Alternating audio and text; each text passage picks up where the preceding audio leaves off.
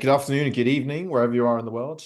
Thank you for joining us in our latest webinar, looking at military unpreparedness, a warning from history.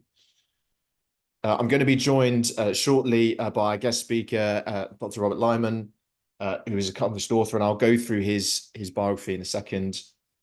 What we're going to try and cover in this webinar is a look at the present by examining the past. So hopefully you're here for that and not just an examination of the past and not just a whinge about the present. Hopefully we can cover off all those aspects. Specifically, we're going to try and look at the interwar years, examining the British Army. And if you're not from the British Army or had experience in the British Army, you should still find some benefit from this webinar with parallels to your own force and to your own nation. We're going to look at the shortfalls between 1918 and 1939. And then we're going to try and skip forward about almost 100 years to see where we are today and if there are some parallels and some discussion. Slide, please, Rob.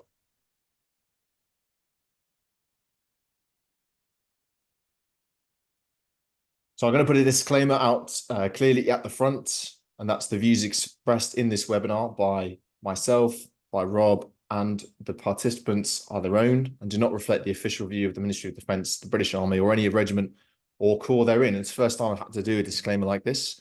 I just think it's important because we're going to be talking about some stuff.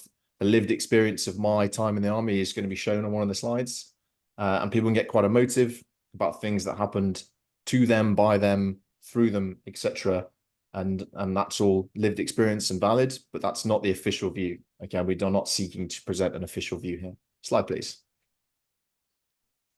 So introducing our guest speaker. I was very lucky to get Rob because he was out in the Far East researching one of his many books that he's writing, and I commend him for going to the source material and not just sort of sitting in his study, surrounded by all the books that you can see in the background there. He's an accomplished reader as well as being an author, a veteran of the British Army, finished in 2001. So has some of that sort of longer range view experience, that wisdom, and has been also following the exploits and some of the troubles and challenges that the army's faced since he has left. He's written a number of books, as already mentioned, both biographies, Field Marshal Slim being a notable one, but he's also looked at the combat in the Far East, a study of generalship, one of the books you can see at the bottom, specific battles such as the Siege of Tobruk, and one of his recent bestsellers, A War of Empires, which I thoroughly recommend. I haven't personally got in beyond the first chapter, Japan, India, Burma, and Britain, 1941 to 45, and he's continuing to gather material and write books involving such things like the American experiences of living under Nazism, a new account of the Battle of Kohima, and another account of the Korean War. He's also an elected fellow of the Royal Historical Society and a trustee of the Kohima Educational Trust. And he's very happy if anyone wants to follow up after this. His email address is shown there. So very pleased to welcome you, Rob. Thank you very much. I'm going to hand over to yourself. Well, thank you, Ed, and it's a real pleasure to be here. And let's just play it as it comes, I think. As you introduced the subject, it's, all history has relevance and pertinence to today. And I really need to explain that when Richard Dannatt and I sat down and started looking at this question in 2020, 2 years before the Russian invasion of Ukraine, we did so not because we were interested per se in the history, but because we were passionately concerned and interested in the history of the British Army. I spent 20 years in the Army. Richard spent many years more than that and ended up being Chief of General Staff. And we had worked together on a number of projects. And we sat down in 2020 and decided that we were going to look at some of the problems of the current in the light of the past. And I think it's important to say that at the outset, we didn't come to this as a historical exercise. We came to it as an exercise in trying to understand where we are in the present. And the first question we need to ask ourselves, of course, is this one: what is an army for? Because one of the things that shocked us, you may not know, but Richard Dannatt left the army in 2009 as Chief of the General Staff. And so that's 13, 14 years ago. time goes very quickly, and we were quite shocked when we looked at the trajectory of the army through the 10 years after he had left and the 20 years after I left in 2001, as Ed said, to see how, first of all, how quickly it had changed in direction and purpose. And I think that's the first thing. And secondly, how much it had lost its focus and what's the word I want? Its importance in the mind of this country, exemplified perhaps most pertinently in political interest in the army. Once the army ceased fighting in Afghanistan in 2014, the real political interest in the army dissipated, to the extent that we saw quite significant change to the army itself, a complete change in direction, I think a change in purpose, a change in attitude within the army itself, and also, as we suggested, within that political environment in which the army is sustained and nurtured. And that really led to the book. So that's the background to the book that I think is worth setting out at the outset. We took a little bit of time to think about the title of the book, but we ended up with this Victory to Defeat, because the story that we told in the book is one of quite extraordinary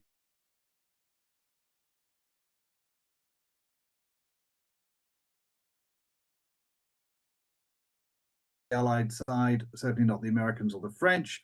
And there was an enormous amount of interplay between the French armies and the British armies during the war.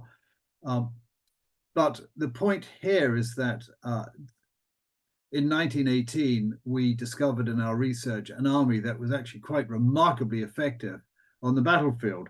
And we also, just as an aside, we have started reusing that tortured phrase warfighting, because we believe that in writing the book, we struggled to come up with a word that encapsulated the essence of being successful in the maneuver battle. How do you actually describe what you're doing in the maneuver battle if it's not war fighting? It's not war, it's not battle, it's actually doing a whole series of things, undertaking a series of functions that in totality we might describe as war fighting. So we've explained that in the book. You're going to have to forgive us, because I know there's a battleground out there in terms of terminology as well.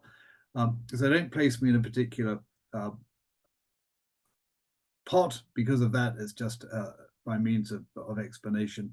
Well, we'll start with 1918, because it's important to understand where the British Army got to after 4 years of war. And just bear that in mind. The First World War was only 4 years in length. When you consider the amount of time the British Army was active in Afghanistan, 2006 to 14, it was a very long time relative to the Great War, and 4 years, and a very long time relative to the Second World War, 5 years. And yet an enormous amount of stuff happened. The army went in to the First World War based on a structure that was designed by Cardwell in the late 19th century to defend the empire. And this meant that infantry regiments had at least 2 battalions, one of which was based at home and the other primarily abroad, but primarily in India. And the purpose of the units back home in the UK was to recruit and train and prepare and send soldiers out to the operational battalions abroad. So that's how the army operated. Britain had not intervened in any continental war since Crimea in 1854 to 6, and before that, not since Waterloo in 1815. So this idea of a continental commitment, the army, the theorists have used this phrase, a continental commitment, for 150 years, but there hadn't been a continental commitment by the army outside of those 2 examples until 1914. And a continental commitment indeed was regarded as anathema for the army when the UK's security and deterrence was considered to be provided by the Royal Navy. That's the fundamental backdrop to the story of the British Army at the start of the 20th century. So when the First World War came along, it was seen by many as an aberration. The continental commitment wasn't something that the British Army did. We went out and we undertook what we might today call military aid to the civil power, or counterinsurgency operations, or police activities, and so on. We didn't fight joined up war fighting against a peer adversary. When we did undertake joined up war fighting, it was often against what were known as third-rate nations, or armies or armed forces that weren't regarded as peer to our own. The First World War was a considerable shock, of course, as you will all recognize, and it saw dramatic changes to the way in which the army fought over the period of time. And 1918 to 1914 were dramatically different. And you can see this without spending a huge amount of time tonight. If you get hold of the book, we use Rawlinson's Fourth Army as the exemplar of how each of the individual armies traversed the learning experience and understood and began to understand how they needed to change in order to be able to deliver warfighting effectiveness better than yesterday. And this change really was quite dramatic and quite surprising to us, coming to it quite really as newbies. We knew the story of the First World War very well, but of course, coming to the story of how the army changed really, really dramatically is an extraordinary one, and something that I think has largely been lost by scholars, it's been lost by soldiers, and it's been lost by the reading public, whose view of the First World War is basically Blackadder, the Somme, and so on, a massive slaughter. Fourth Army is a very, very good army to use as the exemplar, because Fourth Army under Rawlinson contained a British Corps, an Australian Corps under Monash, and a Canadian Corps under Currie. And they developed, that army developed a whole series of changes and improvements incrementally from 1916 through to 1918. That meant that by 1918, the 100 Days battles, which were fought from August through to November and brought about the destruction of Ludendorff's armies, were fought in a very, very different way to the way in which battles had been fought before then. And it's really, really important when we think about history, when we think about the First World War in this particular case, to recognize that every day involves change. Armies don't stand still. Everything about the British Army in 1918 was different to that which was found in 1914. And what we discovered in 1918 was that the British Army found maneuver, the ability to maneuver in time and space across the battlefield, through the battlefield, and beyond the battlefield for the first time. Troops advanced on specific objectives, very carefully synchronized with artillery, tanks, air observation. I mean, it's quite extraordinary to think in 1918, there was actually radio communication between SE-5s in the air, almost a cab rank type of affair, with moving troops on the ground. Infantry teams were built around assault teams with light machine guns, a large number of automatic weapons in 1918, the British Army, and grenades. And this whole idea in 1916 of serried ranks of soldiers carrying Lee Enfields marching into battle with fixed bayonets had disappeared entirely by 1918, and troops went into battle. Effectively, in most platoons in the Fourth Army were broken down into three groups. One group was the light machine gun group, a number of, usually 3 or 4 light machine guns, say Lewis light machine guns, and the rest of the men in that group, 8 or 9 men, basically carried Hessian sacks full of the 47-round Lewis gun magazines. Another group, the Grenadiers, basically with Mills bombs on grenade discharges on the end of 303s, and another group, the final group, another group of Grenadiers who just carried sacks of Mills bombs.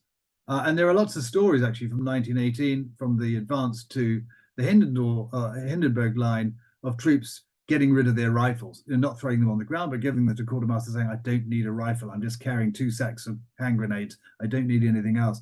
Really quite an extraordinary change. Supply tanks, as you can see in this photograph, brought up combat supplies right to the front line and converted tanks. What we discovered in 1918, in fact, is that we had too many tanks.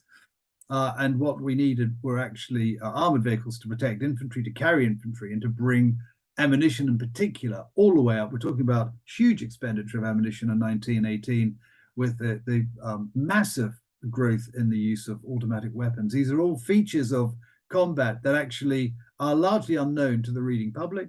You don't hear these discussed outside of forums like this. But the very nature of the British Army in 1918 was characterized by these things, and the army was made very distinctive because of it. And it's important that really this sets the standard for a series of activities in war fighting. So how do you actually undertake corps level and army level operations against an enemy which suddenly under Hindenburg and the Hindenburg line has become fixed, and it's in depth, but actually the Germans withdraw their depth. There is fighting in depth, the sort of fighting we should have undertaken in 1940, and there is fighting in depth to a rear line, which is really what happened in 1918. So it's not true fighting in depth that the Germans adopted. So in 1918, in summary, we can see a new vision of the future of war, entirely mastered by the British Expeditionary Force in the main, not fully understood by everyone, I need to say. Some people understood it. Even Rawlinson, in whose army this was best exemplified, didn't fully understand it. They were seeing through a glass darkly, but you really have to take your hats off, your figurative hats off, to the British Army in 1917 and 1918 for applying the lessons of this sort of institutional learning that's going on every day and making it work. There was a lot of argument, of course, at the same time. There wasn't one set of doctrine that came out of this. It was applied differently by some GOCs and some corps commanders and some army commanders. And one of the most extraordinary things about the British Expeditionary Force in 1917 and 18 is Haig essentially let his army commanders have their heads. If they came up with a decent plan, he was confident they could deliver it without a huge butcher's bill. They were able to crack on and do what they wanted. There wasn't one way of doing things. But through all the mist, by 1918, despite the fact that we're only 2 years after the Somme, a new form of war fighting had developed. And I'll leave it at that, but it's an important, really a critical anchor point for us in our conversation about how the army subsequently changed, really to recognize that the army in 1918 was a very powerful beast. It was an army that destroyed Ludendorff's armies in the field. That myth that developed in Germany in the 1920s and 30s about the army being stabbed in the back was completely wrong. The British army and the French army, to a lesser extent the American army, stabbed the German armies in the chest in 1918. And that's something that we need to remember and is not widely recognized. Let's just crack on with the story, because immediately after the war, the British Army, were faced with a whole series of distractions that meant that much of what we had built up and developed and thought about and dominated in terms of our thinking and in terms of our warfighting practice was very quickly forgotten. It's simply a fact of life that the world had been focused, certainly if you're in the British Army, the world had been focused very, very hard on understanding all those dynamics that were necessary to be mastered to dominate the battlefield. That battlefield no longer existed. Peace, thank goodness, had come again, and we were able to revert to something that was a bit more sensible. And the army quickly reverted to its pre-1914 stance. No attempt was actually made by anyone to convert the learning from 1918 into doctrine, not at all. There was not a single exercise undertaken to sit down and say, how did we do this? What was the best way of managing the defense or the advance to contact or the attack or whatever? None whatsoever. And there was no effort whatsoever to consider the importance of keeping a part of the army, at least, trained and ready to repeat that experience in the future. Likewise, there was a very real sense that the army could now get back to real soldiering, that the First World War was an aberration. It was a horrible experience. No one wanted to go through this again. This was the war genuinely to end all wars, and there are a lot of we came across lots of memoirs where individuals were saying, "Thank goodness for that. We can now go back and be real soldiers again." Duff Cooper and Charles Carrington are two examples. If you're interested in this sort of stuff, read the book and you can get the references to their works. So the post-war distractions meant that the army that had been established under Cardwell for managing the empire suddenly had its raison d'etre given back to it. There was an insurgency, a horrible insurgency in Ireland that needed managing till 1921. Hardest chapter in the book we had to write was on that, given its sensitivities. There were a sudden splurge of commitments elsewhere that came with victory, for instance, in Russia and some of the mandated countries given to us by the League of Nations, not least of all Palestine, and a reversion to the old concerns of policing and protecting the empire. And at the same time, a whole series of threats that you would expect to present themselves to us across the empire in Iraq, the Horn of Africa, Northwest frontier, and China were also pertinent. This was not to say that during the 1920s, there was no conversation at home about the purpose of the army and the future of the army. It did take place. It was a bit of a noisy debate, most of it actually taking place in newspapers and in military journals. And it's quite extraordinary that the army didn't really like its officers debating these subjects. You had to be really a little bit of a maverick or have left the army to engage in these debates. But some of you who know anything about it will recognize people like Basil Little-Hart and JFC Fuller, who engaged very enthusiastically in these conversations, letters to the editor and a whole series of articles and books and so on. And some of them, reading them again through, are very interesting. The idea that the army was populated by a whole bunch of Colonel Blimps who were just concerned only with the reversion to the horse cavalry actually is a trope that's unfair, and we saw no evidence of it. We actually saw no evidence of this backward thinking. But at the same time, if you are not really sure about what the army's for, nor indeed how it should conduct itself, or indeed you've entirely forgotten that actually one of the roles of the army is to fight a war of the nature you've just fought in Europe, then you're going to really have no direction and struggle to find purpose in your debates. And we'll come back to JFC Fuller in a moment, but I think, let's just posit this notion here that in the 1920s, there was a long conversation in the army that asked, what is the army for? Is it for what we might perhaps describe today as operations in the grey zone, perhaps a bit of counterinsurgency, perhaps a bit of MACP, perhaps a bit of light warfare, maybe a Korea type operation, or is the army for, or should we preserve parts of the army for the possibility of the balloon going up and us going back into fighting high intensity operations against a peer adversary? I have to say that in those series of conversations, there was virtually no one arguing for the latter. Lots were arguing for the former. So there were issues associated, of course, with empire that I've described. There are also a number of people looking for what I would describe as shortcuts to victory on the battlefield. Britain, of course, was bankrupt at the end of the First World War from being one of the richest countries in the world. It had built up a massive debt, and the whole business of war fighting is very costly.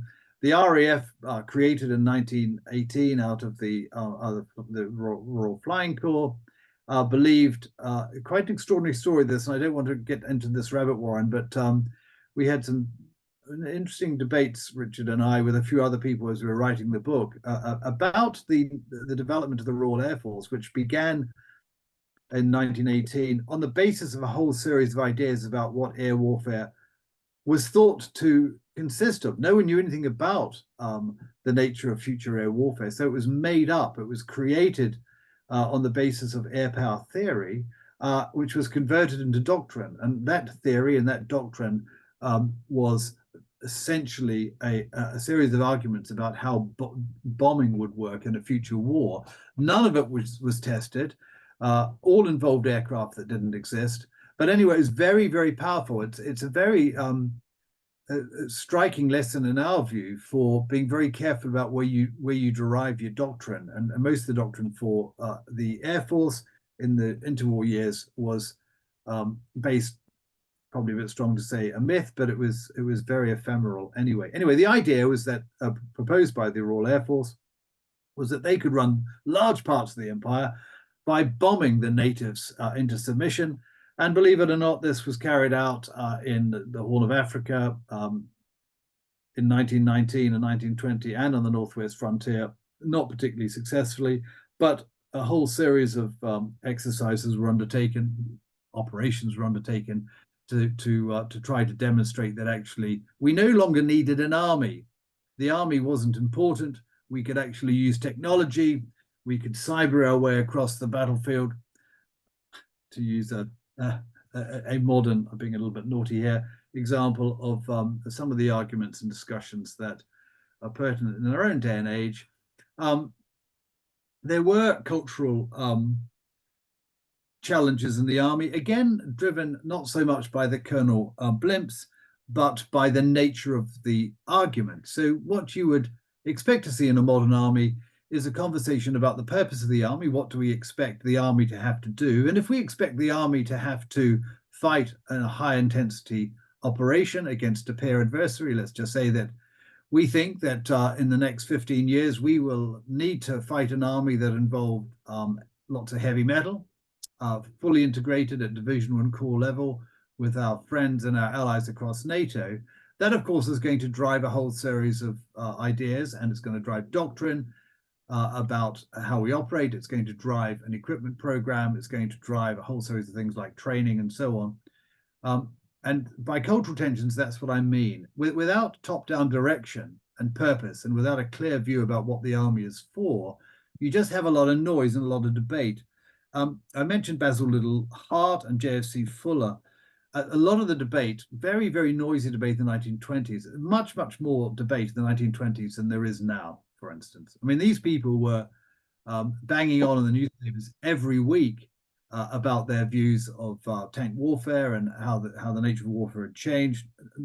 But I think one of the points that we came to is that the advocates of change, because of the absence of doctrine, they weren't challenging doctrine, they were creating ideas about the nature of war that were not locked into anything other than their own prejudices and experience. That's not necessarily a bad thing, but you need to move on from experience. You need to move on from anecdote. You need to be able to come up with ideas, develop them, test them in the cauldron of training and so on, and then come up with approaches. There were some very good doctrine pamphlets published in the 1930s, but they were special to arm pamphlets. Pamphlets don't make doctrine, right? But the point is that we have people like Basil Liddell Hart, Jesse Fuller, and a few other people who are developing quite extreme views, and they became they were pushed into corners and fought out their battles on the base of hyperbole more often than rational argument, which is quite sad to see. But quite a lot of books that started well, but then took ideas to the extreme. JFC Fuller was a primary culprit in this, arguing that actually all the army needed was tanks, a large tank fleet, incorporating cavalry doctrine. This is where I think he got it badly wrong. The idea was that tanks were simply mechanized horses. We didn't need to change the way in which tanks operated with infantry or artillery or air power. It was just mass tanks would solve any problem the army faced. We know that's complete nonsense, as we, the British Army, found out in North Africa to our cost in 1941 and 42. And the final point on this is that just to revert to this point about doctrine, the army had no doctrinal home. There was no single place in the army that doctrine could find a home. There was no repository for doctrine. If you actually talked about the need for doctrine, no one in the army would actually understand what you meant. They understood what the principles of war were.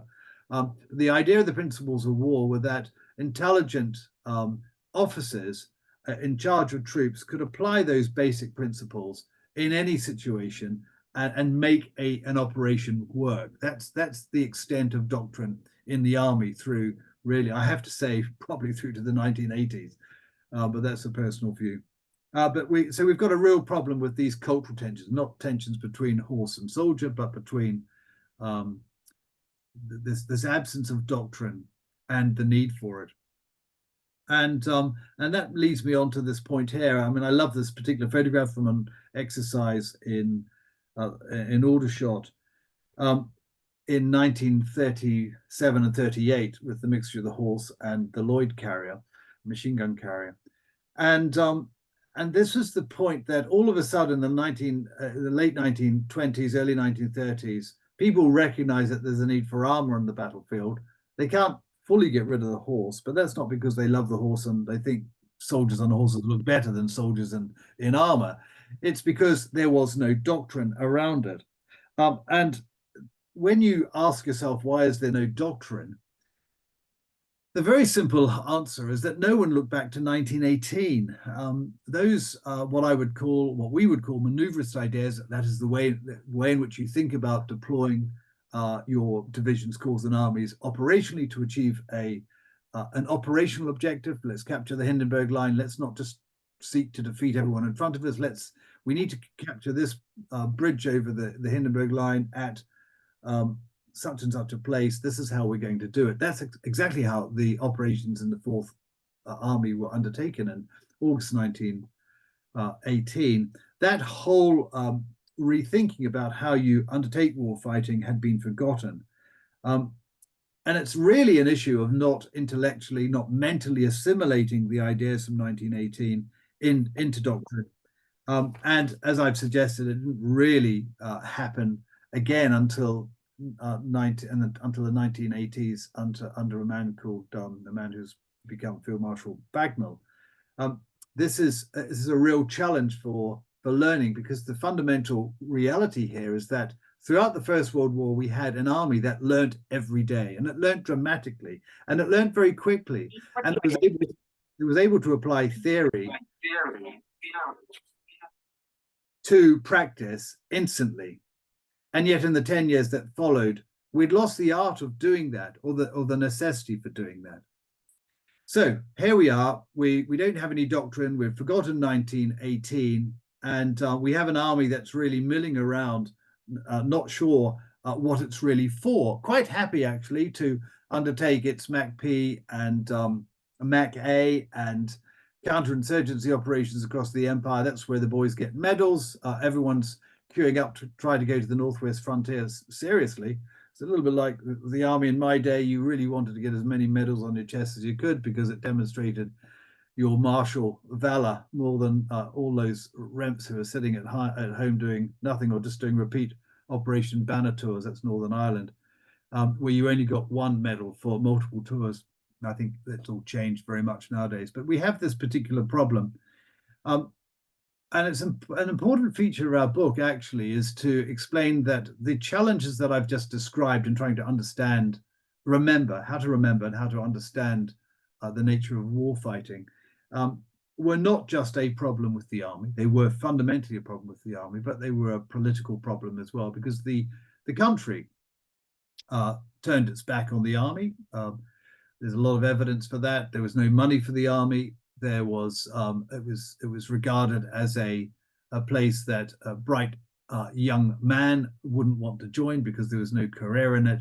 Some people even regarded the army as being responsible for the killing in the First World War. The idea that if you didn't have an army, people wouldn't be killed. But we all recognize the nonsense of that particular argument. But if there is no real willingness to understand the needs of the country in a military sense, then you don't have you don't have anyone in politics prepared to take responsibility for decisions on behalf of the army. So it's very easy to see how the army is regarded as a retrograde organization, or not a very important one. And it's true also that the government, through the Treasury, kept the army poor through the 10-year rule, which was compounded in the late 20s by the Wall Street crash and the Great Depression, which followed. And remember also, we always have to remind ourselves of this, that the army was never regarded in Britain as the primary instrument of Britain's security. And until the First World War, that primary role of deterrence and Britain's security had, of course, been undertaken by the Royal Navy. The Royal Navy continued to exert that responsibility, or to hold that responsibility across the empire. But at home, in Europe, that responsibility through the 1920s was taken, it was grasped by the Royal Air Force in a very aggressive, proactive way. Fair dues to them. They saw a place where they could dominate strategic discussion, argument, thinking, and take it from the army. And the army didn't respond. There was no one in the army standing up and saying, well, we think your air power theory is simply that. It's not rooted in reality. Show me a bomber that can fly any more than 60 miles. We're building all these bombers in the 1930s that can't reach Paris, or they can reach Paris and come back. So who is our enemy? Is it France? That's a genuine question from a genuine paper in the 1930s. But those questions didn't defeat the imperative that the Royal Air Force had established, and the grasp it held on strategic thinking in terms of Britain's place in Europe. The army didn't get a look in. And when rearmament began in 1935, the army again had a very small piece of the pie. Most of the money went to the Royal Air Force. And we understand why, but actually most of that money going to the Royal Air Force went to create bombers that could only get as far as France, couldn't get into Germany. In any case, who is our enemy? Why do we need an army? The purpose of an army is to meet the security needs of the country. That means we've got an enemy. Have we determined who that enemy might be? No. If we had determined who that enemy might be, we would then be able to determine the force structures that are necessary, the type of training and equipment and so on and so forth that the country needs to build the army around. But of course, in the 1930s, we believed that deterrence could be achieved against Germany, against the rising Nazi threat, by the use of bombers. If we had bombers, it was believed no one would attack the United Kingdom. I mean, it's strange when you consider it now, but that was the argument. That 99% of people believed it, decision makers, not just ordinary people in the street, but the people who are making these decisions in government. So you have this fundamental challenge. And it's worth also saying that one of the reasons the army didn't get any money for redevelopment is that it didn't have any core ideas to sell to government. In order to get the money, you need to be able to say, we have a particular idea about how the army should be structured that is built on 1918. We'll demonstrate how we can secure credibility on the battlefield. We're going to build a whole series of X, Y, and Z. None of that happened. So the army looked after itself. It did as it was told. It looked after the empire. It didn't think about future war fighting. It didn't think about what was necessary to be done in order to be able to make us ready for another war in Europe. And just very quickly touching on the social revulsion against the war, this was really quite an extraordinary feature of British society. Certainly, I know it was the same in Canada and America and Australia and New Zealand. But a very, very strong pacifist element in our society and culture developed in these years. And it needs to be seen and understood principally as a background consequence to the state of the army when we got there in 1940. The failure to imagine is one of the things that one of the conclusions that Richard and I come to in the book. I mean, the problem with letting the army just revert to its pre-war activities of being a colonial gendarme, not thinking hard or at all about the possible needs of another continental commitment and what that might entail in terms of our warfighting doctrine, not fully understanding the needs of doctrine itself, was a failure to imagine the future. And this was a very strong theme in the book. You know, one of the conclusions we came to is that military leadership is responsible for imagining what war might need to be, and therefore what the response of society and government should be in response. You know, if we do think that in 5 or 10 years' time we might find ourselves up against a T-90 in Central Europe alongside our Polish and Hungarian and Czech allies, what are we going to do about it? Who's thinking about that now? And this is one of the realities of the British Army in the 1920s and 30s and the 1930s. There was no one imagining these possibilities. It's very interesting, actually, that we even came to the conclusion that if the army had had thinkers in the 1930s who are able to imagine political possibilities as a result of using the army as a deterrent, we might not even have seen the Second World War at all. Now, we don't press this point, but it's worth considering. In 1936, with the remilitarization of the Rhineland, we know very well that Hitler was scared witless. He really was scared of a response, a physical military response, by either the French or the British. And we know that he would have withdrawn his troops from the Rhineland.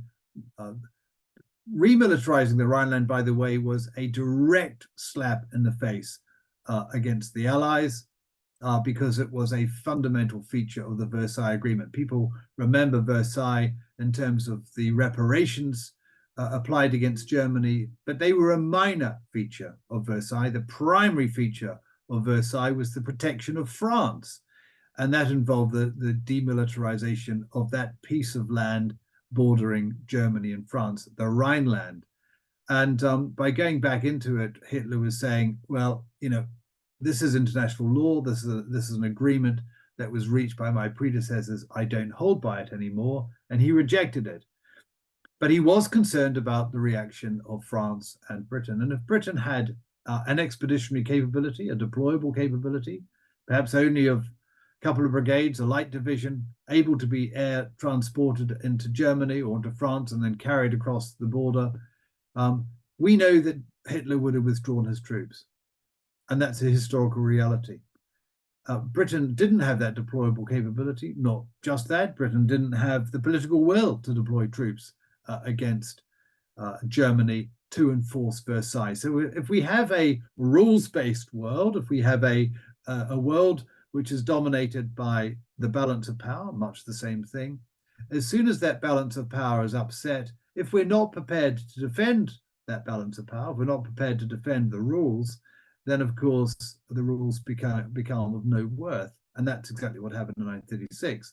So we don't think it's too far to stretch the argument or the suggestion that had Britain or France responded with alacrity in 1936, the Second World War may not have happened, or certainly would not have happened in the way that it did. We do know historically that from 1937 through to 1939, that whole period was a period of Hitler effectively talking to himself and persuading himself increasingly that the only way to be able to exercise this great plan he had, this idea of Große Deutschland, the German blood being where any German speakers could be found unrepresented by existing borders. So the Große Deutschland ignored the existing borders established by Versailles. He came to the conclusion by 1939 that no one was going to resist a military attempt by Germany to establish Große Deutschland because of inactivity previously. There was no military response, for instance, to the Anschluss in 1938. So here we have a failure to imagine what could be done. And I've talked about what I regard as the false propaganda of the Airpower theorists who said that we didn't need an army because everything could be done by the Air Force. So we then have a story which you all know very well from your reading and your military education, which was the Plan Yellow, the invasion of the Low Countries and France. And it's very, very interesting when you look at the plan that was finally deployed. It looked very much like the British advance to the Hindenburg Line in 1918. Historically, it's also very clear that the Germans through the 1920s and 30s wanted to understand the reasons for British success, primarily British success in 1918. They locked on to combined arms maneuver, as we would describe it today. They locked on to the idea of a tank-led assault being the Schwerpunkt, being that point of the lance that broke open a weak point, which was then opened up like water pouring through a dam. You then had the expanding torrent thereafter, but focused not like Little Heart's expanding torrent, but focused continually on a strategic or an operational objective behind the enemy front line that would cause effectively their discombobulation. This is precisely what Blitzkrieg turned out to be. And the challenge with the failure of imagination is that through the 1920s and 1930s, we know that the Reichswehr under General Secht was assiduously planning doctrine for the next war based on the lessons it had learned of failure in 1918, something that, of course, we had failed to do because we didn't have the imagination to understand that the next war wouldn't be a repeat of 1914. It would take off when 1918 left. And that was the fundamental failure of imagination. Siegelschnitt was the result of that. So a failure to study doctrine during the interwar years, give it a home, led us in the British Army and, of course, the French as well, being unable rather to understand what the Germans were doing in 1940. And this is really important. Through 1940 to 1942, and arguably subsequently, actually, this is another book that Richard Dannatt is very keen to write. We in the British Army never fully understood the nature of Blitzkrieg. And 1942 in the desert, Western Desert's a really good example of how we really struggled to understand how to deal with Rommel's use of maneuver. And distilling it to its basics, it was effectively Rommel's use of tank shock combined with accompanying armor and artillery, exactly what he had and the German army had presented to us in 1940 in France. The use of shock and surprise, fast movement, the Boyd cycle, forcing the British, moving so fast that British decision makers couldn't catch up. All that really basic stuff was stuff that we didn't understand. Why didn't we understand it? We didn't understand it because we hadn't embedded ourselves in learning about 1918. So there's a lot here about remembering the past, the importance of remembering the past for reasons that are quite obvious.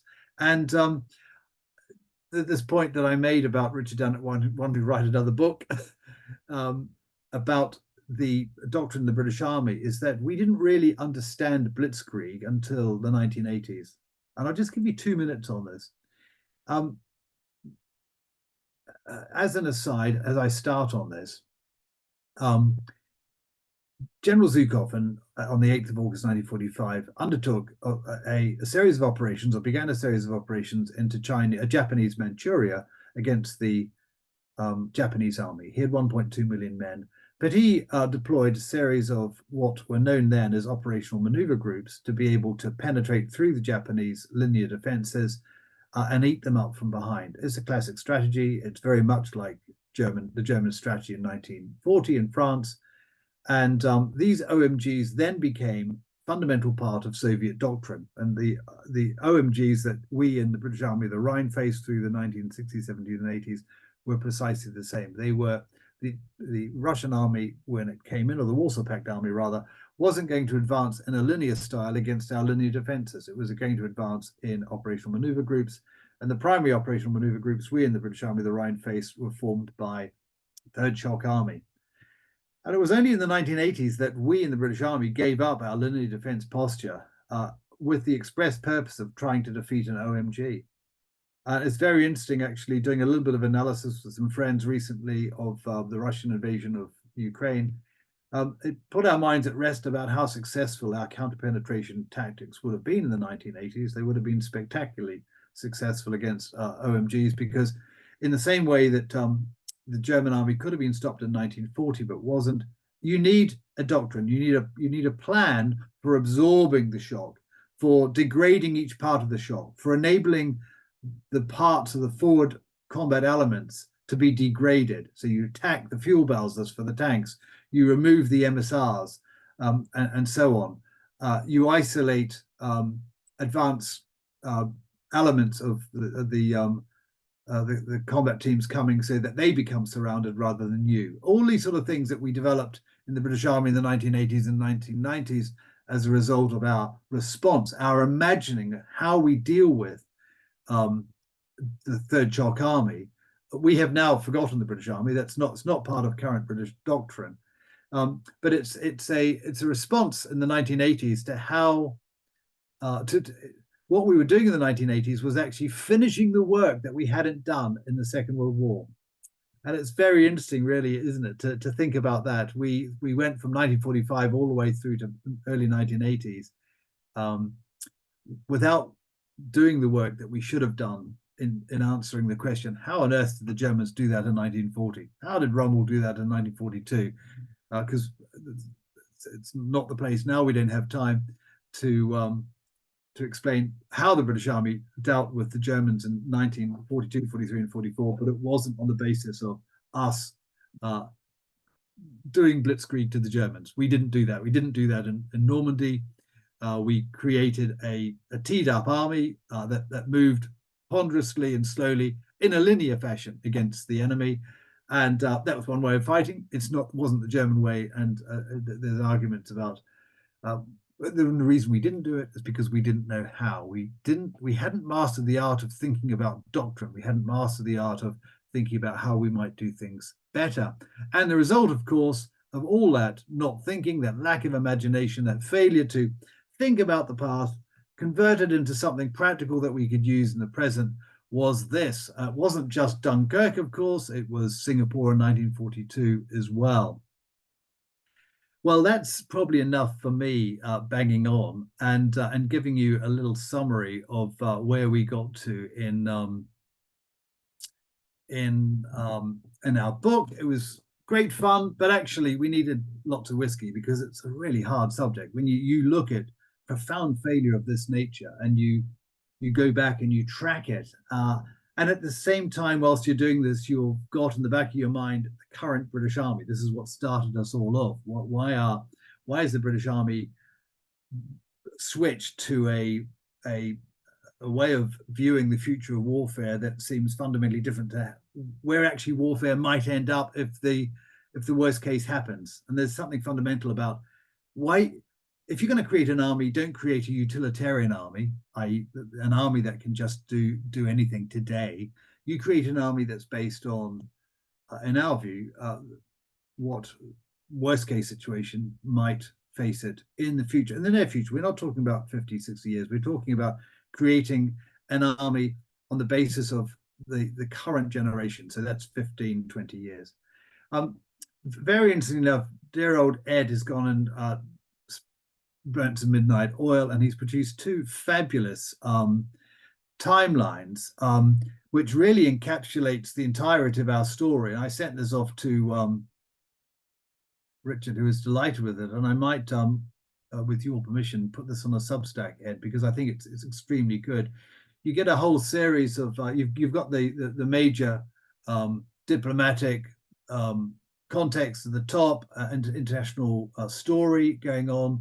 You've got stuff a little bit further down looking at Britain's imperial posture, and then the years running through the middle with our military theorists, and the years the government's respective governments, and then defense spending. It's quite interesting, isn't it? We end the Second World War with 8% of GDP being spent on defense, and we end up at the low years of the 1920s and 30s at around 2.2%. That's in 1929, 1930, the Great Depression, which is about where we are now, and we're fighting to get at the moment to 1931.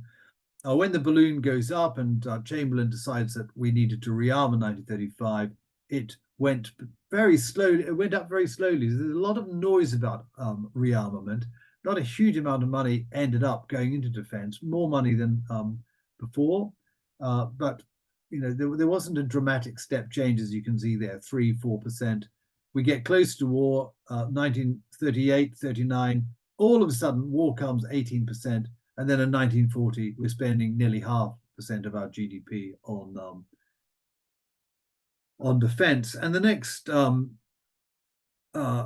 timeline really allows us to think about that, the context in which I've been speaking in terms of today. And you can draw your own conclusions. I'm not going to tell you that today looks very similar to the 1920s and 30s.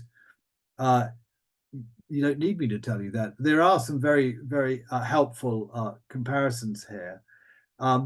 And we can perhaps leave that to a conversation. But all I would really suggest as we look at this is, what is the army for? Is the army for acting as the country's fire brigade and doing anything and everything that is thrown at it?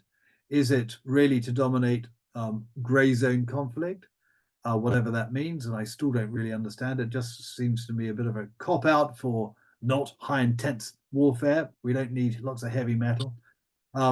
Or does it mean that what we really ought to be doing is having the capability in our back pocket to fight the big boys, the bad boys, if the call arises?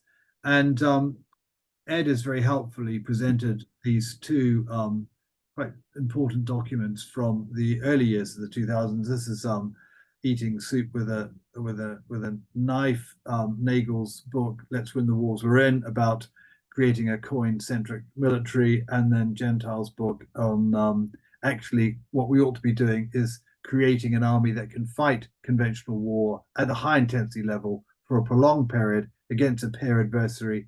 And anything we do out with or outside of that capability, we can do because we're trained up to do the big stuff first and foremost. And that's really what I would, where I'd be pitching if I was a policymaker now, on the right-hand side of the screen and not the other.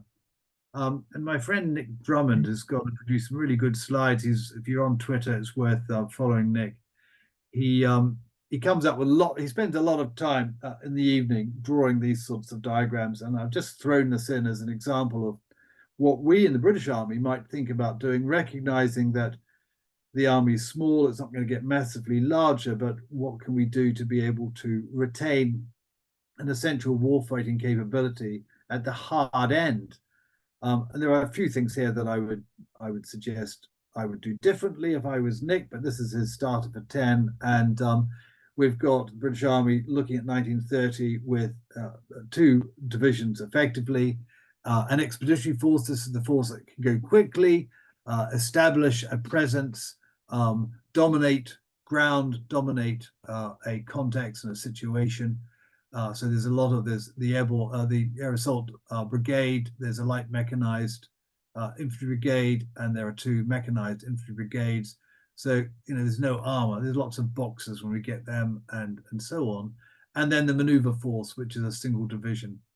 I'm not going to dwell on this. This will be something that you can consider. I think there's a lot of merit in having these conversations. The real challenge for me in a number of conversations I'm having with friends is that we in the British Army will not be able to operate in isolation or our own. In fact, we throughout the whole of the Cold War period in Europe, we recognise that we would operate as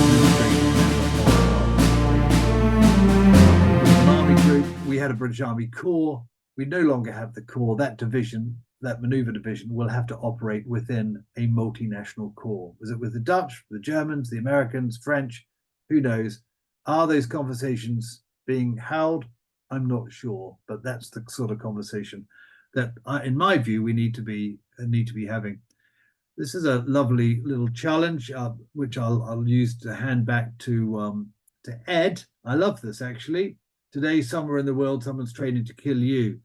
Are we doing what is necessary to ensure that we can win in the fight? That's the challenge that I think everyone's got. And so far as Richard and I are concerned, history teaches us that if you take your eye off the ball, you get snookered. Ed, over to you.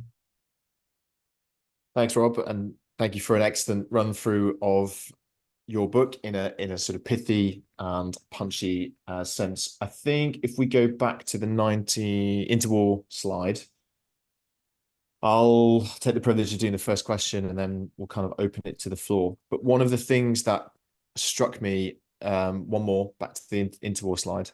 Oh, yeah, sorry. There we are. One of the things that struck me about this was the long time tenure of Milne, and it's in two colors because he changed rank during it. In the middle, where stewardship, in theory, would allow for a long-term focus, but it almost goes the other way, that's when all the money was being cut, and we have the Depression, general strike, Gandhi in India, and all this sort of stuff, and it doesn't seem to what you would think stability with a CGS who's in for the long haul, which we don't necessarily see towards the latter half of the slide and in the modern slide.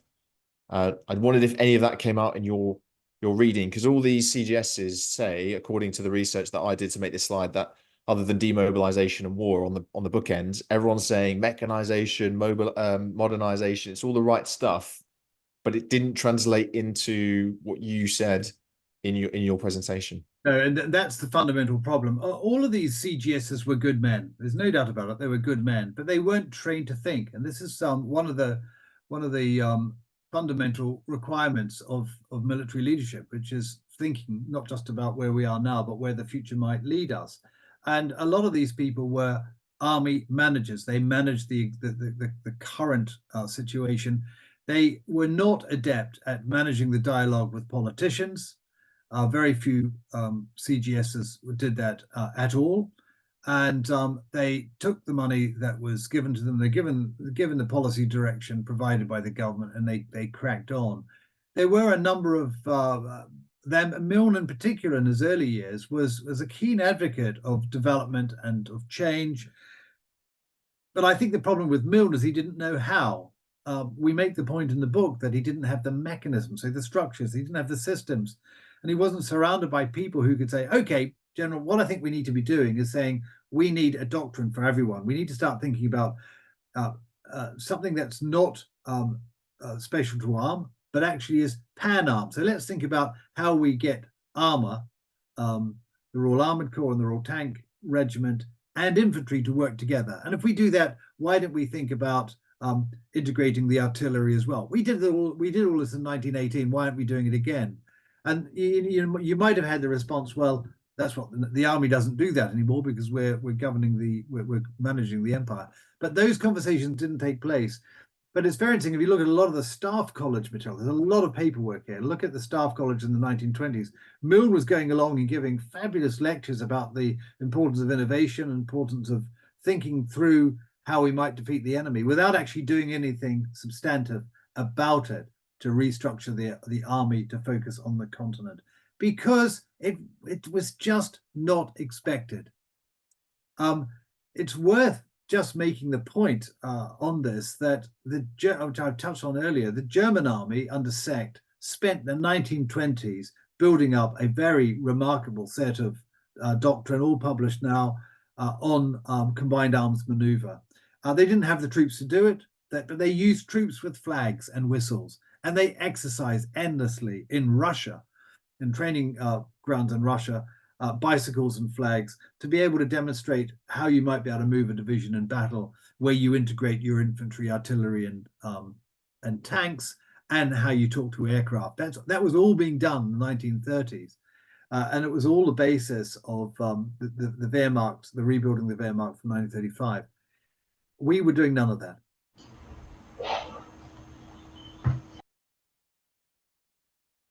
Do you think there's some parallels there between, I don't want to pick on a particular CGS, but lots of Russi chats about innovation, capabilities, MDO, and then coalface, very little arguable change or justifying reductions in traditional heavy forces, vice novel equipment for light forces?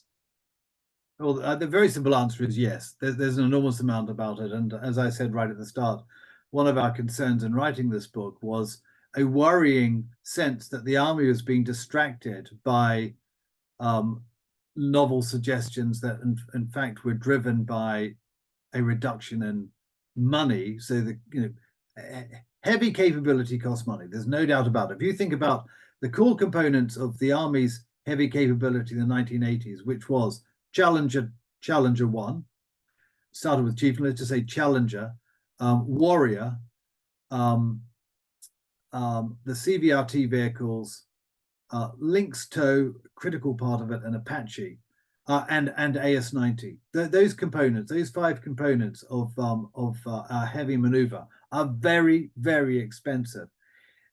Disregard the reality that as soon as you lose one of those, you then no longer have the ability to operate in the environment you had planned for. But you also, if you reduce them to there is an irreducible minimum, I'm not sure what that is. Well, I think it's certainly a maneuver division. Anything less than that, you don't have the capability to rebuild itself, and you don't have the integral knowledge. But I think there have definitely been a combination of factors in the last 10 years. One is the decision making in the army cutting their cloth accordingly, exactly what happened in the 1920s, and not being determined to lose their first love.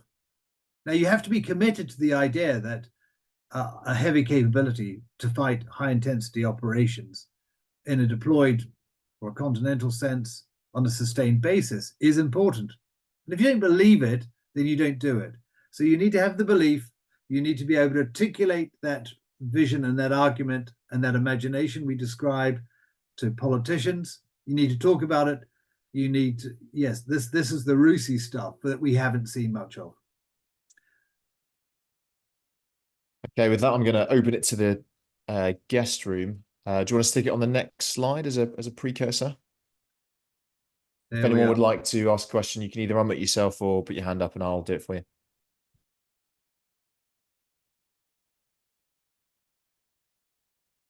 Hey, I'll ask a question.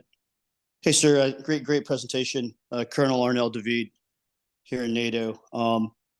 So as you look at as you eloquently set out the challenge of having an army imagine, exercise their imagination about the future of war, it seems like there's a challenge with officers or soldiers having that intellectual debate, because from my experience when I was in the British Army, writing and putting your ideas out there didn't seem like it was encouraged much. Do you sense that's changing at all? No, I don't think it's changing. I mean, I spent 20 years in the army and I had the same problem. You have to be very sensitive about how you present ideas. I think there was a lot less concern in the 1920s. People really did go to town writing letters to the Times. I mean, every week there's a letter about the army. But there is a sense, if you're a career officer, and this isn't necessarily a bad thing, you have to protect what's important to you. And I think in my 20 years in the army, then staff college, and then my black bag job, you could identify the officers in the army who were prepared to be vociferous about particular subjects. But in the absence of a real threat, so in the absence of war, so without Afghanistan, for instance, or Iraq, those conversations become less direct and more theoretical and less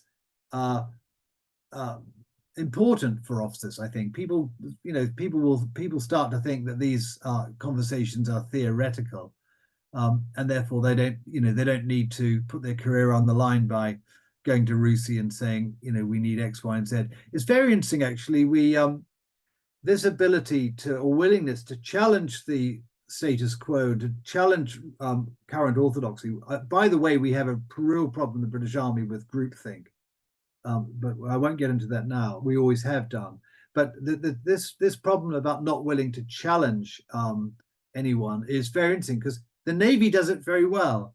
And I don't know whether anyone's noticed the winner of the Trenchard Prize at RUSI this year is a Navy midshipman who's written a book saying we shouldn't be worrying about increasing the Army's capability or investing in the future of the Army, because actually it's not important to the security of the country. There are other things that we need to be doing, not least of all expanding our ability to project power on the sea. It's classic. It's a fabulous, it's a well-written essay, but that's what we need Army officers to be writing. Because in the 1920s, we had these fatuous theories presented by people who were just making it up, really, not based on any reality at all. And yet there was no counter from the Army. So what you would have seen in a number of these people in green, some more than others, are officers at the top of the tree who are prepared to stand by, to articulate a concern, articulate a view and a vision, and stand by it. It's not easy to do. And I think all armies are the same. I think the real challenge for me, actually, having observed the Army from within and now from outside for the last 20 years, I'm still associated with lots of things going on in the Army, is the quality of the conversation that's going on between CGS and CDS and the politicians. Now, if you really hold to what you believe, you've got to believe it first, but if you hold to what you believe, you're having the corridor conversations that are really, really meaningful in the context of this issue. Do we have a heavy army? Are we preparing for worst case? Are we building up something that has real value in terms of being able to operate with our allies who do take this seriously and perhaps more seriously than us? And I think you need to have decision makers in the political spectrum who are willing to have these conversations as well. So there is a challenge to government here about the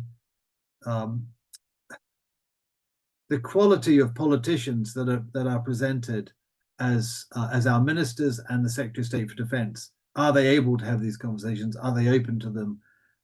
Can we create an effective dialogue that enables the Army to not just survive and not just to cut its cloth according to how much money it's got, but to do the right thing in terms of the future?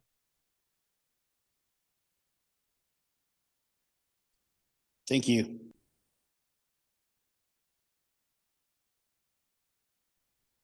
Anyone else? Well, I'm going to go again. Okay.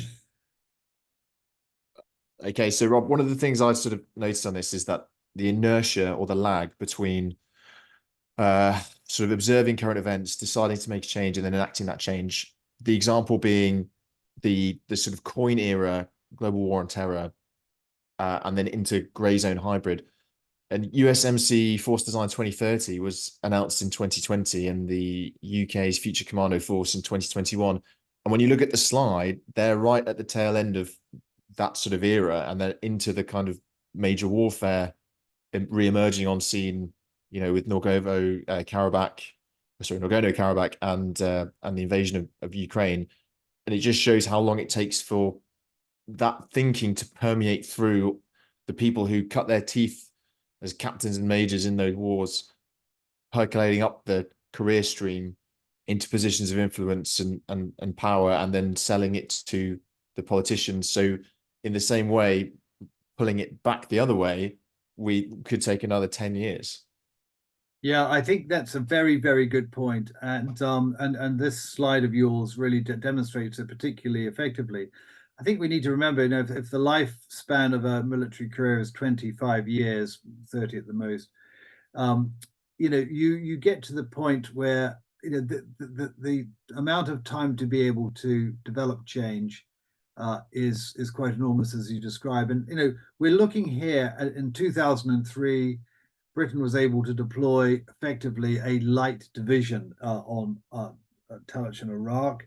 The operation lasted 5 weeks, and we sustained that commitment to Iraq thereafter with an armored brigade. But fortunately, that all ended in 2011. And at that time, the overlap, the coin overlap began with Afghanistan. And I think the real challenge, we've run out of time, but the challenge with Afghanistan is we persuaded ourselves that Afghanistan was a counterinsurgency war, where I completely deny that that was the case. There was very little counterinsurgency involved in Afghanistan, and we got it badly wrong. In a way, in the same way, perhaps, that the Americans got Vietnam wrong.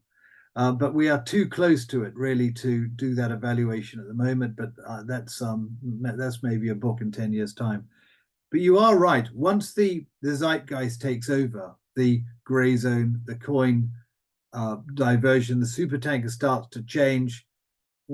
We try to imagine the future, and we say, well, we can't see a heavy war coming our way soon, and yet very quickly the heavy war turns up on us. And the historic example, not just 1939, 1940, is 1950 with Korea, when a very heavy war hit the West, and the West had largely demobilized after 1945, with really quite extraordinary consequences for that particular campaign.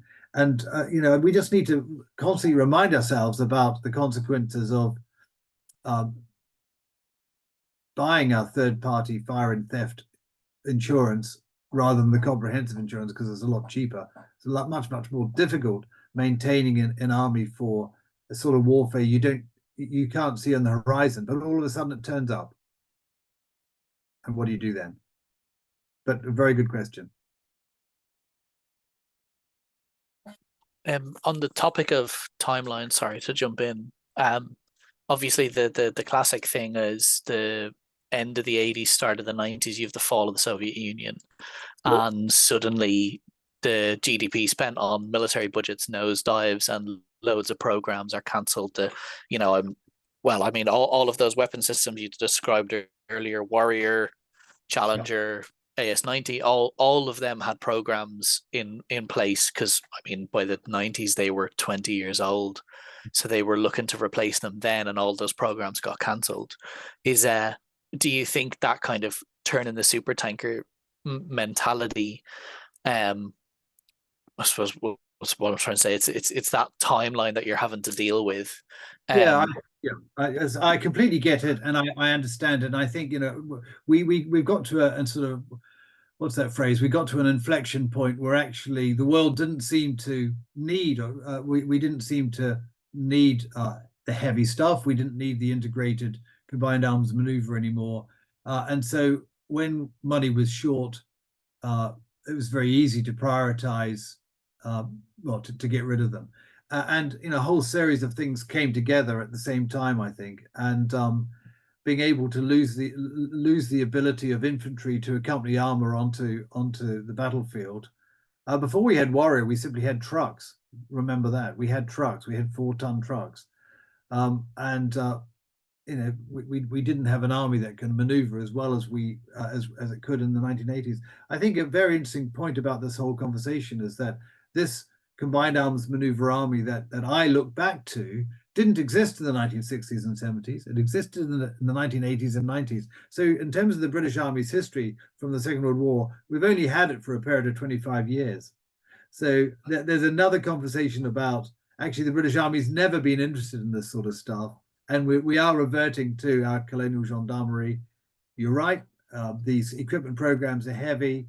They're driven by doctrine, driven by force structures, and they're long in the making. AS-90, was very, very long in the making. I was on the first MRAV team in 1998. Anyway, that's a story for another time. It's interesting when you say about doctrine in relation to vehicles. I was in the Royal Irish when we were getting all the Foxhound vehicles back from Afghan, and then the army went, "Oh, we've spent however many billions of pounds on these vehicles. Figure it out. You can't get rid of them. You have to use them." And we became what is now known as a light mechanized infantry battalion, but essentially the Royal Irish was handed 2 Foxhounds per section, and just told, because obviously they only fit 6 guys, and we were just told to make it work. I've heard that from lots of people. It's quite extraordinary.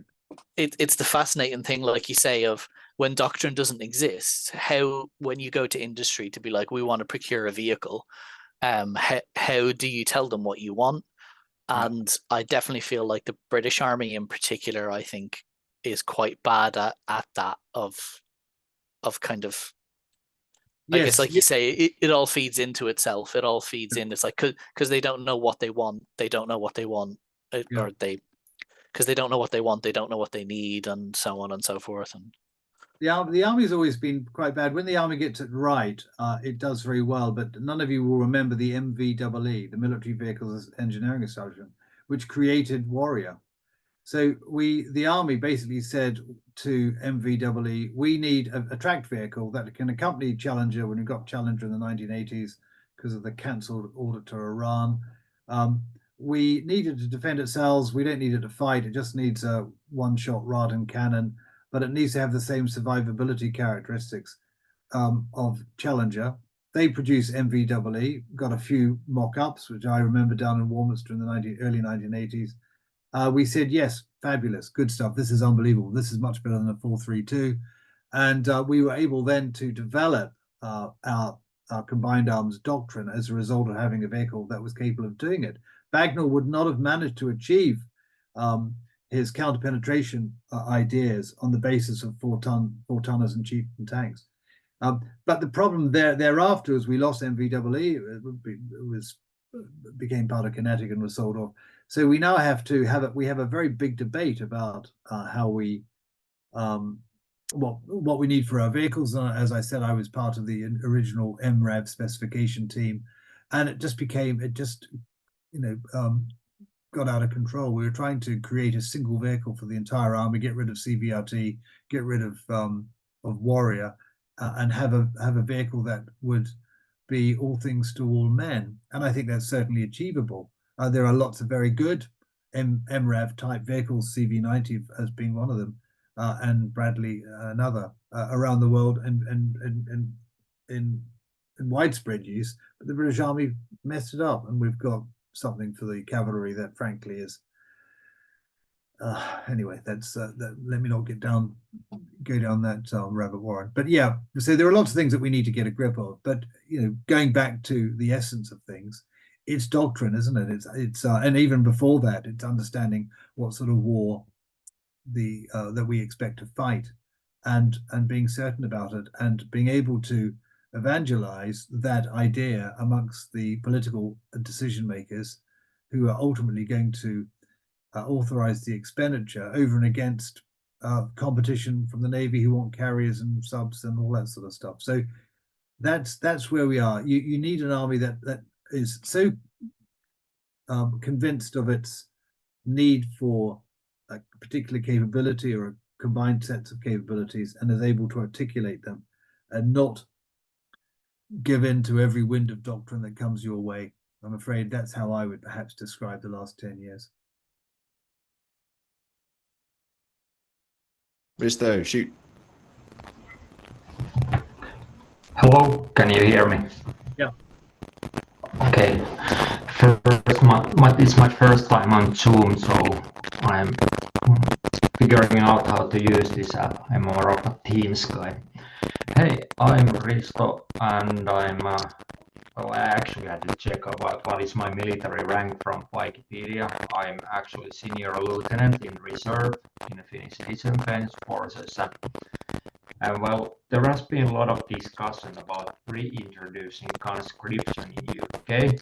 For me, it sounds a little bit like Risto, there's an enormous amount of noise on the line. I can't actually hear you. Yeah, Risto, do you want to stick it in the chat? I'll read it out for you. But I think the answer is about reintroducing conscription. I don't know if that refers specifically to the British model or the European trend, which is going along. Me and Rob spoke about this literally this week as a side piece. Well, my immediate response to the idea of conscription is that no professional army, all professional armies start wars, they don't end them. Every war that we have experienced over a very long period of time, the last 200 years, has been undertaken by an army that's had to be recruited in the 19th century off the streets to go to the Boer War. A militia, we had a militia, fortunately we were able to deploy First and Second World Wars, even the Korean War, were conscripts. First and Second World Wars were completed by non-professional armies. And the very, very useful, helpful, and intelligent speech given by Patrick Sanders a couple of months ago now about the need for the country to start thinking about this whole issue of conscription. If you haven't read the speech, go and do so. It's very good. Is making that precise point. We as a country shouldn't rush into conscription. I think personally, I think the decision this week to introduce national service is ridiculous. We need to first of all make sure that we've got a regular army and a reserve army that's perfectly fit for task, and we use our resources first of all to achieve that. And then we make sure we've got plans in place to recover or rebuild or reconstitute the professional armies when they're no longer there.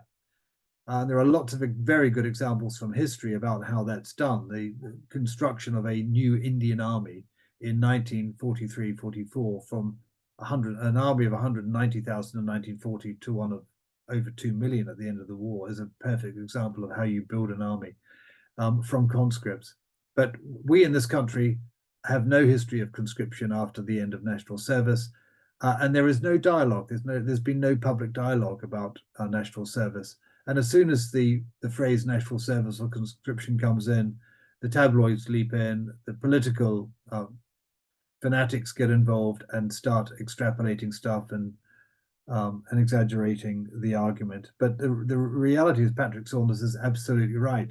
If we go to general war in the future, whenever that might be, we're going to need to have some form of conscription. And the earlier we think about it, even if it's simply planning it, the better.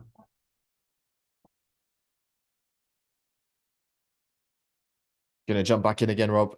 So there's two comparisons I'd like to just throw in there. One is about the other services, specifically the Navy and the RAF. Stand fast the Royal Marine Commandos, because they appear to have kind of gone all in on being very different and niche and novel, and small bands of determined men in kayaks and striking vulnerable notes and stuff. And that's, you know, credit for going all in. But the other two services appear to have maintained true to their core thing, whether that's the Greenland, Iceland, UK gap, air defense. You know, we still have lift aircraft, which, if anyone tells me that isn't a traditional technology, I get they're better and bigger. But you'll see that they also get flack when they can't do a parachute jump over Normandy because they're committed elsewhere. That's the first comparison. The second comparison is our adversaries in large part seem to have not gone down at this kind of grey zone. They've been doing a good game at grey zone without actually specializing grey zone force structures other than cyber and EW, which ironically we're not really that into. They've managed to, you know, do Crimea with conventional forces and special forces, but they didn't create they didn't create Ranger battalions, for example. They didn't create SFABs. They just took what they had, mashed it together, gave it some direction and some leadership, and threw it in. So I wonder if there's some comparisons there that we could explore.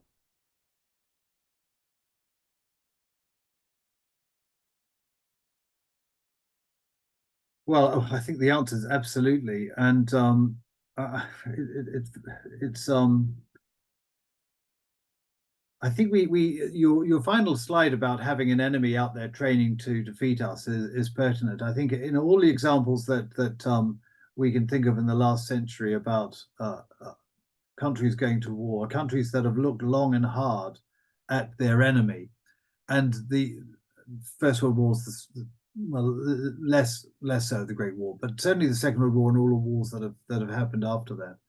And I think Russia has been doing exactly what Hitler was doing in the 1930s, which was developing his policy of aggrandizement in an incremental way and doing what is necessary at the time and building it up. And I think, you know, Crimea was undertaken by light forces because that was all that was required. You know, he simply needed to occupy the country. Georgia the same in 2008, I think it was. but we're getting far beyond that now, and if we're going to allow those opportunities to get by, we're going to appease them, then there is going to be a point when we're going to need something more powerful to prevent this continual ratcheting up of enemy activity. Enemy is a little bit of an exaggeration, but you know what I mean. We've had a very, very hard war in Ukraine since 2022, and I can see no dramatic change in the British Army in terms of how we think we might, if we were there, we might have to fight these guys.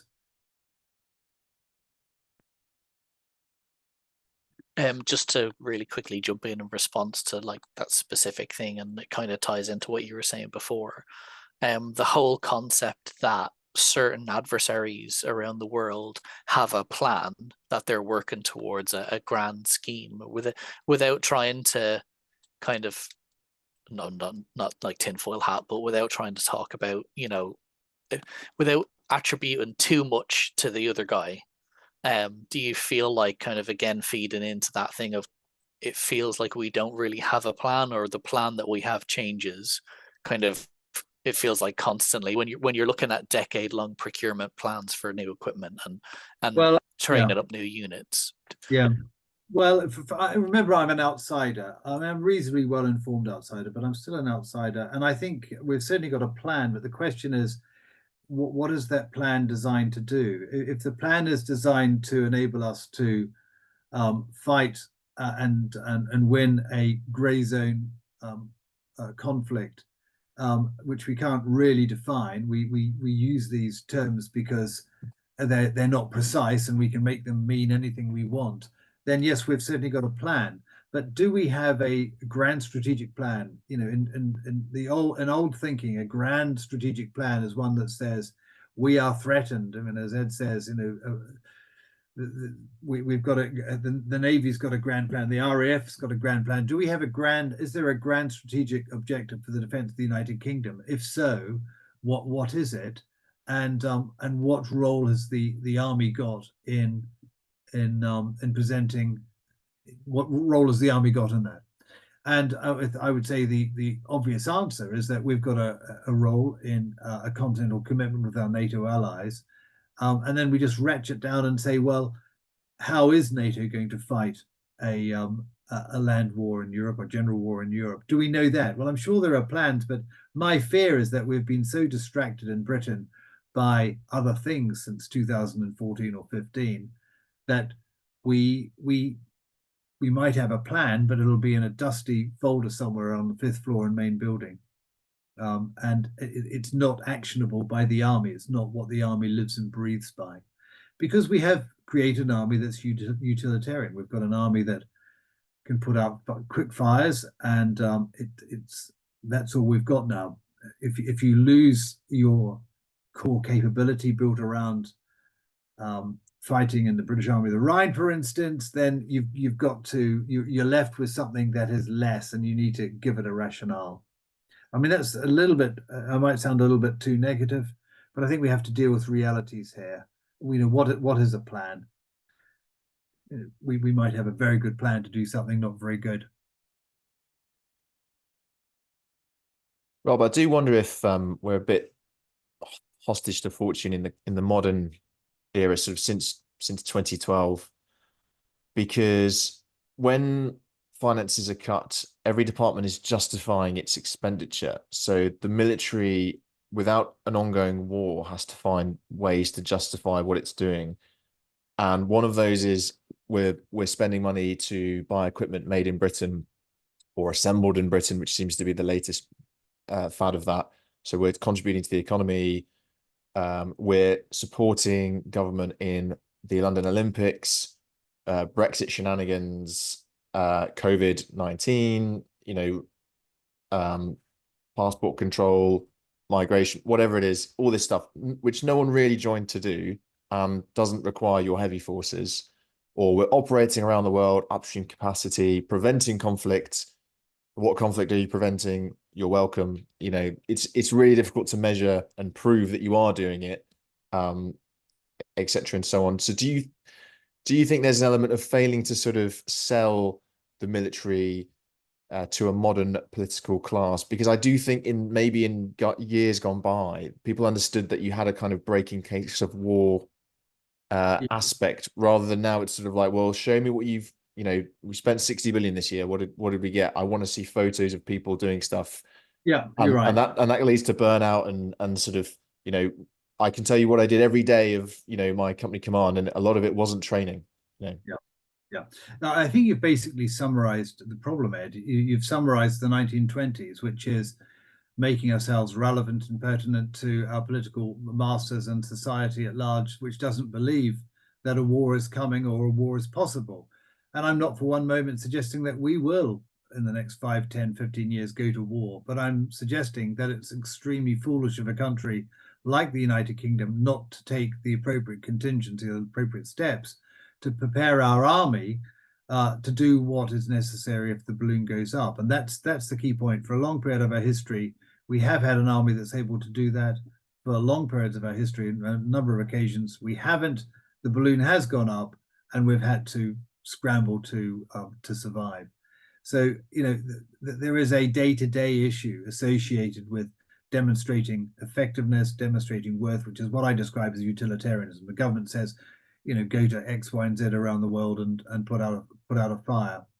Literally put out fires in the UK with a fireman strike or something like that.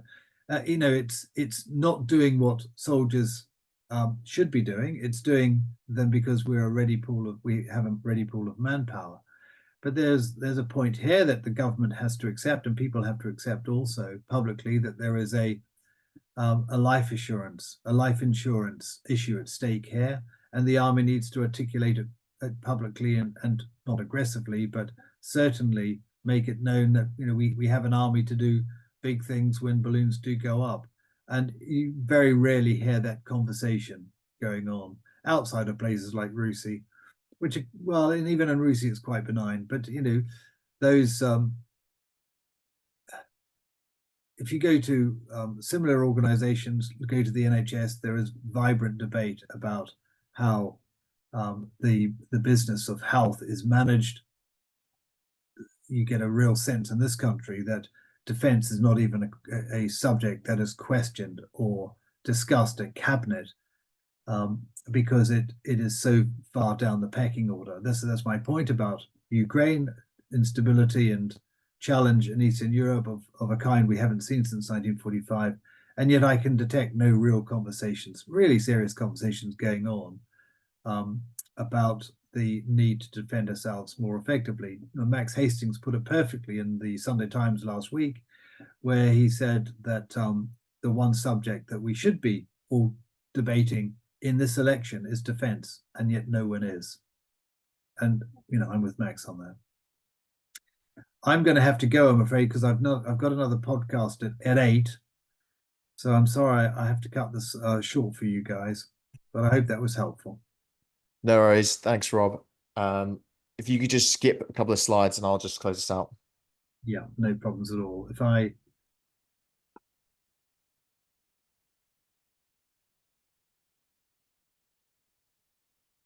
Yep. So for those watching, this is going to be on our YouTube channel in about a week's time.